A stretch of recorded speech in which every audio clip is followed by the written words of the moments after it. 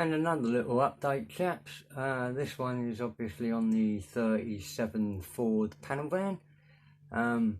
Just want to show you a bit here. As you can see, I'm in the process of gluing this roof on.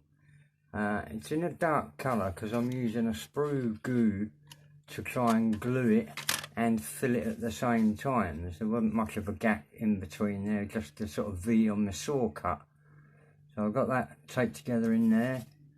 And going back on the inside, I'm using a floor panel in there, which has just dropped, and to make sure that the insides will still actually go in, if that's got any logic. And the back doors are holding the side square as that seam sits. This lower part isn't glued on yet; it's just there for holding the shape. With that out of the way, as you can see, I've just glued my bonnet halves together.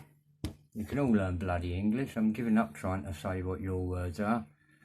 So I've glued this bottom edge back on, and both sides. And I've also shortened the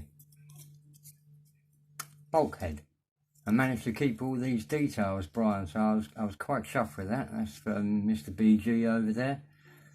And that will still nestle in the recesses I showed yesterday. I think it was yesterday. Anyway, and whizzing round to the front, I'm sort of starting on building a new bib panel thing to line up with the bottom of the grille, sort of thing, where I've dropped it, or where I'm dropping it. Bloody thing, wiggle round a bit, something like that. Okay, so that's it on that for the moment. There's still the actual interior to chop down, but I'm waiting for the bottom half of this to set for a day, and then I'll start hacking back into that. That's basically the update on this one for today. Hopefully all this is still going to be in line. There will be a thingy on the windscreen.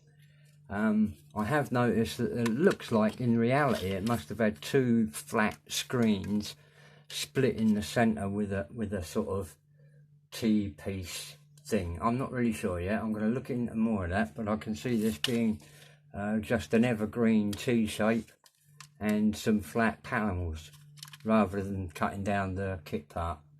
I really do avoid the kit parts if I can, because it's a horrible crystal sort of acetate and is prone to snapping.